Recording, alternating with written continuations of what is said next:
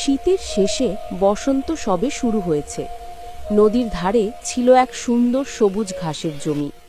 সেখানে একাকী বাস করত একটি হাঁস, যার নাম ছিল ডিঙ্গি।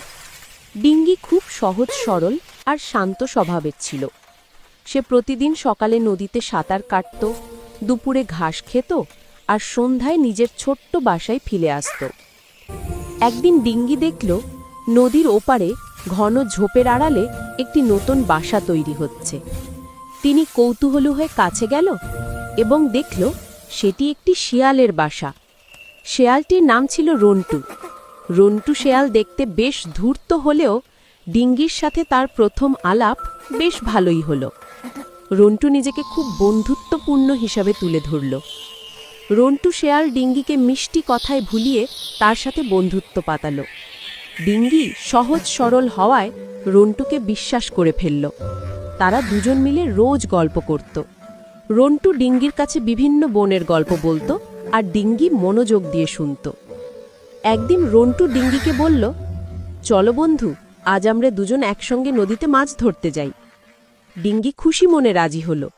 রন্টুর আসল উদ্দেশ্য ছিল ডিঙ্গিকে একা পেয়ে তাকে শিকার করা। পরিকল্পনা অনুযায়ী রন্টু ডিঙ্গিকে নিয়ে নদীর গভীরে এক নির্জন জায়গায় গেল। রন্টু ভাবছিল ডিঙ্গি যখন মাছ ধরতে ব্যস্ত থাকবে তখন সে অতর্কিতে আক্রমণ করবে। কিন্তু ডিঙ্গি মাছ ধরার সময় বারবার রন্টুর দিকে খেয়াল রাখছিল। ডিঙ্গির মনে কেন জানি সন্দেহ হচ্ছিল। শেয়ালের ধূর্ত স্বভাবের কথা তার মনে পড়ে গেল।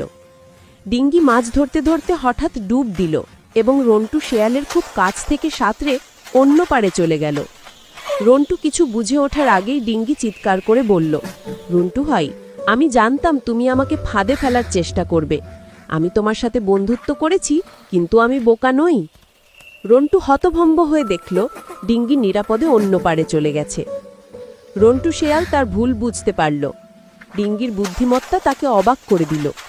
সে বুঝল শুধু ধূর্ততা দিয়ে সবকিছু হয় না, বিশ্বাস ভঙ্গ করলে প্রকৃত বন্ধুত্ব হারানো যায়। এরপর থেকে রন্টু আর ডিঙ্গির ক্ষতি করার চেষ্টা করেনি।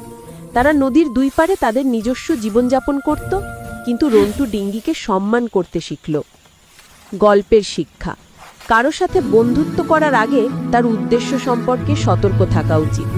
বুদ্ধিমত্তা এবং সতর্কতা অনেক বিপদ থেকে রক্ষা করতে পারে।